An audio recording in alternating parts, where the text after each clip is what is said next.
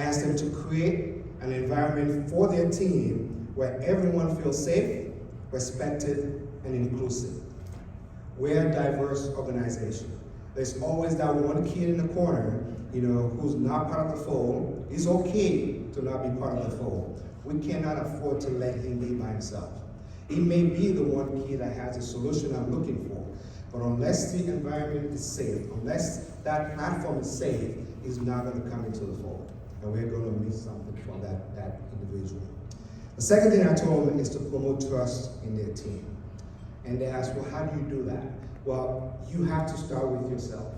You have to be genuine, you have to be truthful, you have to be transparent.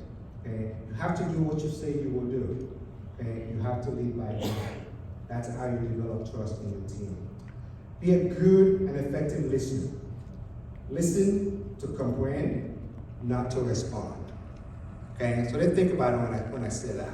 I said, what we generally do during a conversation is we're waiting for that pause so we can jump in, take over the conversation, respond to it, do whatever we do, like we do all the time. But every time we do that, you lose some of the value of that dialogue. My current boss is the best when it comes to effective listening.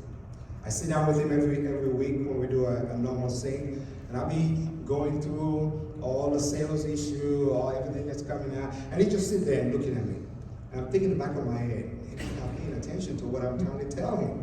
And then I'll pause, or I'll stop at about a minute or two, and then they'll lean forward and say, so what you're saying was, bam, bam, and it'll just recap everything I just said. And I'm like, wow, I want to be like that. Okay, that's what effective listeners do. You listen to comprehend the information, not to respond to it. And the fourth thing I told them is to be authentic and available to their team, to be present. So we talk in the Navy, we talk about deck plate leadership. Deck plate leadership happens on the deck plate. That's where the sailors are. I tell them to be present where the people are. It's easier to do that because, one, if you're down with your people, you can correct them when correction is needed. You can train them when training is needed. You can reward them when they've done great stuff, okay? And you will be with them. You can build trust, you can build camaraderie if you are with your people.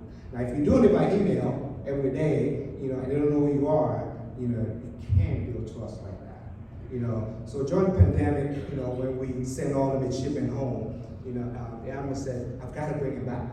He said, I can teach education online. I cannot teach leadership online.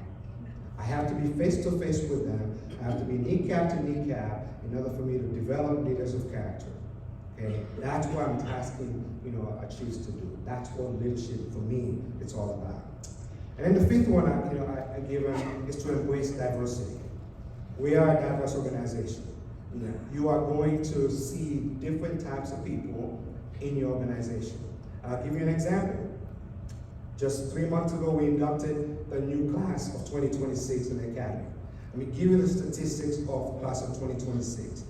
Of the 1,184 midshipmen that came into that class, they came from all 50 states, DC, American Samoa, Guam, Northern Mariana, Puerto Rico, and 11 foreign countries. Of that group, 72% were male, 28% was female, 41% were minority, 6% was prior enlisted that tried matriculating into the academy. 12% was first generation American, 11% was the first family member to attend college. 91% were high school athletes. Of that, 66% were captain of their team. And 20%, went through one of our, preparatory school, to beef up their STEM, credit before they came to us. This is the second most diverse class since 1845 the Academy stood out.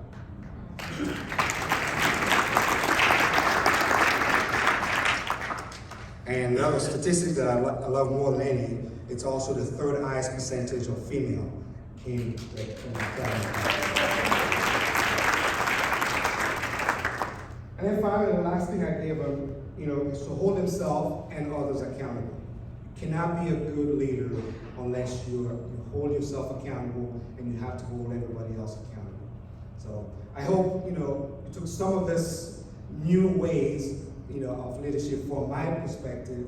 Again, I'm not here to tell you how to be a leader, because every single one of you, have been leading, for a very long time in the organization. But what I want to do is to thank you for what you do, in your district, in your community, and thank you for sending us, some of the awesome, wonderful, boys and girls, for us to develop into men and women of character to send back to the fleet.